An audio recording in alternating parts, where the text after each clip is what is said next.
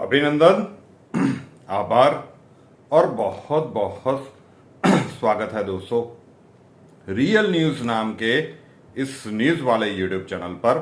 और मैं हूं आप सबका अपना रुपेन आर शाह। आज अंतरराष्ट्रीय स्तर की राजनीति की एक मुद्दे की बात करते हैं।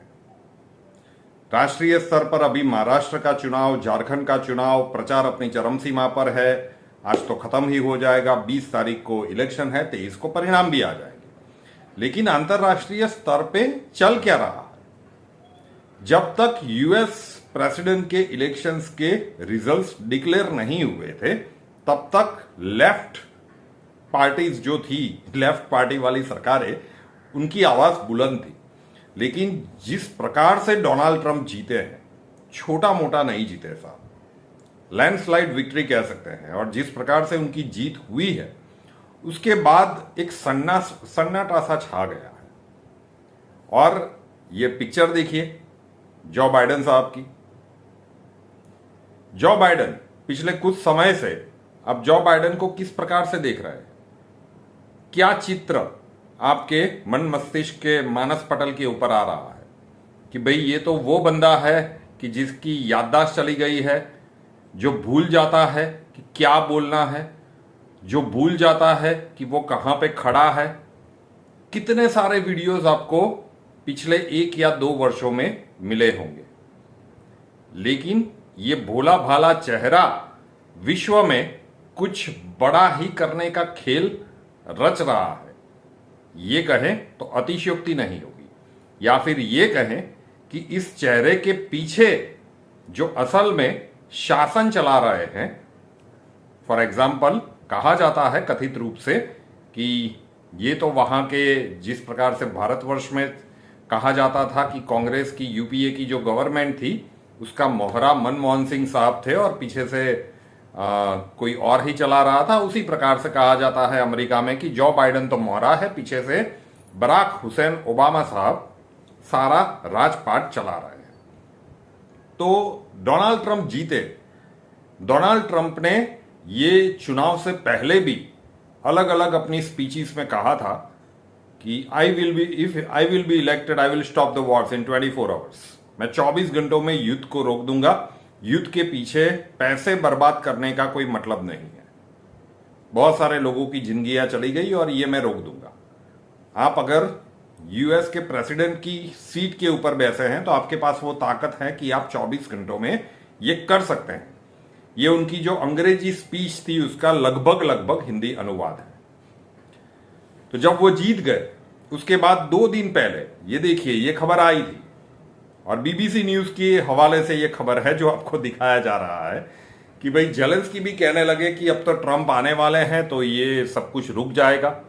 लेकिन उसके बाद एक और खबर भी आई, और खबर ये आई कि बाइडेन सरकार, क्योंकि ट्रंप जीत तो गए हैं लेकिन प्रेसिडेंट बनेंगे वो 20 जनवरी 2025 को। तो लगभग ये जो समय अंतराल है उसमें खेल ये चल रहा है कि यूक्रेन को इतने आर्म्स एंड एम्युनिशंस दे दो, इतनी इकोनॉमिकल हेल्प कर दो कि पूरा 1 वर्ष यूक्रेन रशिया के सामने लड़ पाए। अगर ट्रंप चाहे तो भी इसे रोक ना पाए।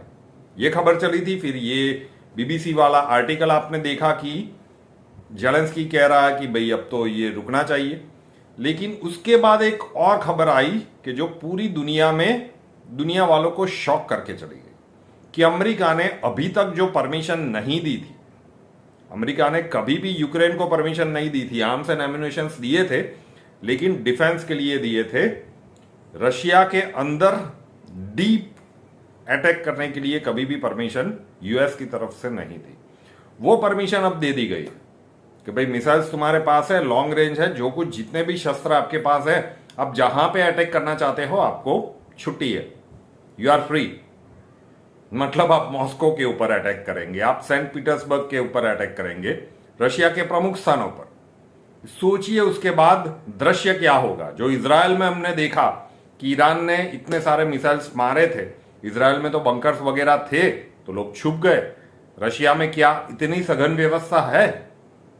Question mark. तो रशिया के आसमान में मिसाइलों की बरसात करने के लिए पूरा दरवाजा खोल दिया बाइडेन एडमिनिस्ट्रेशन ने जेलेंस्की के लिए कि 20 जनवरी से पहला जो कुछ करना चाहते हो वो कर लो और उस हालत में युद्ध को ले जाओ कि उसके बाद चाहे तो भी ट्रंप इसे रोक ना पाए।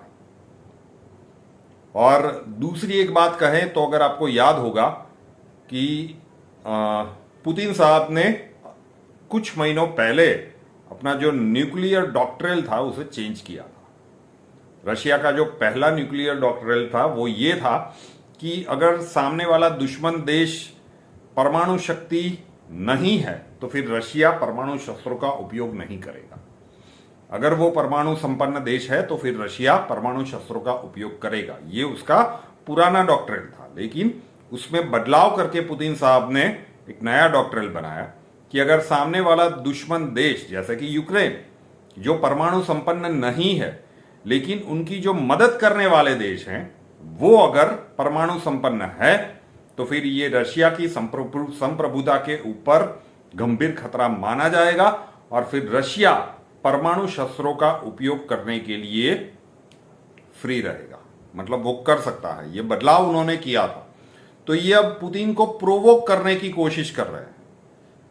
एक तरफ ट्रंप कह रहे हैं कि मेरे आने की देर है, जो कुछ चल रहा है सब कुछ मैं बंद करवा दूंगा, लेकिन साहब आप पहुंचेंगे 20 जनवरी को, वहां तक ये लोग क्या खेल करेंगे, ये सारी खबरें आ चुकी है। तो पूरी तरह से जितने भी मोर्चों पे युद्ध चल रहा है उसे भड़काने की, आग में घी डालने की कोशिश की जा रही है। देखिए कि घटनाक्रम किस प्रकार से और कहां तक जाते हैं। महत्वपूर्ण खबर थी, वैश्विक परिप्रेक्ष्य में आप लोगों तक पहुंचानी थी। रियल न्यूज नाम के इस यूट्यूब चैनल को अभी तक सब्सक्राइब नहीं किया है तो कर लीजिए, साथ वाला बेल आइकॉन दबा दीजिए और उसके बाद 3 ऑप्शंस आएंगे, ऑल के ऊपर क्लिक कर दीजिए ताकि हर नए वीडियो की नोटिफिकेशन आपको सबसे पहले मिलती रहे। नए वीडियो के साथ फिर मिलेंगे।